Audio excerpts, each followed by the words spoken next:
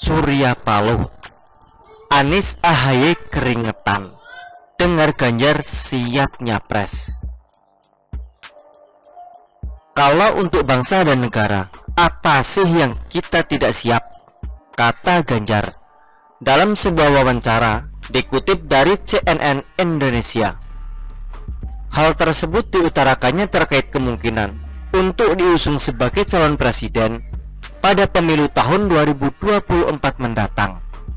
Namun Gubernur Jawa Tengah tersebut pasrah sepenuhnya pada keputusan Megawati Soekarno Putri yang punya hak prerogatif terkait penentuan calon presiden yang diusung PDIP. Menarik, mengingat sebelum ini Ganjar begitu teraniaya di lingkungan partainya sendiri, terutama terkait dengan copres-capresan.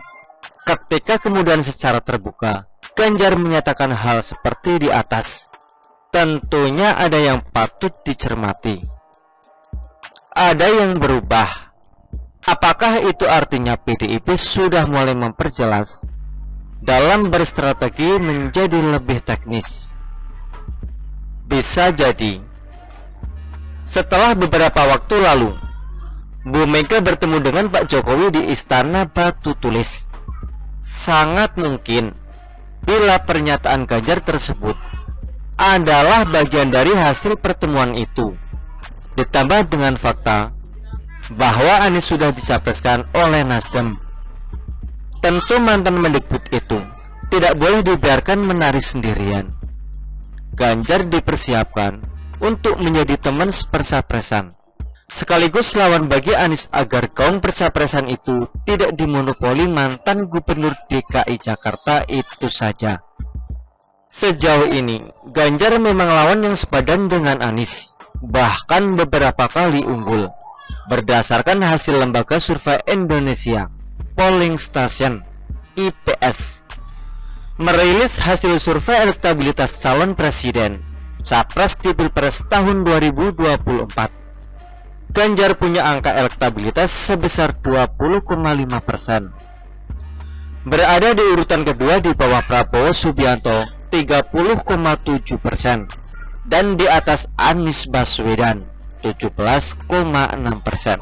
Hasil yang cukup menjanjikan dari Ganjar, mengingat di antara kedua calon presiden itu, popularitas kader PDIP itu adalah yang terendah.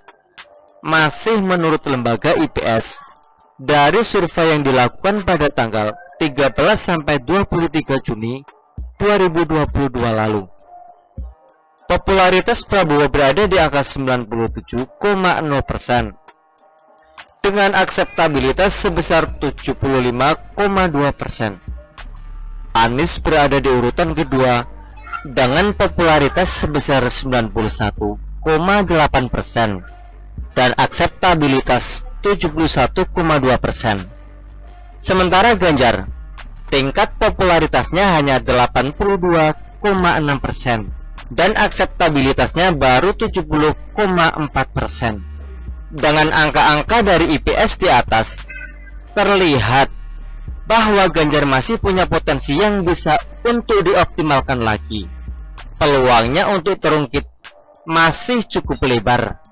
Anies pantas gemeteran. Ganjar adalah lawan yang paling pas bagi kemampuan olah katanya.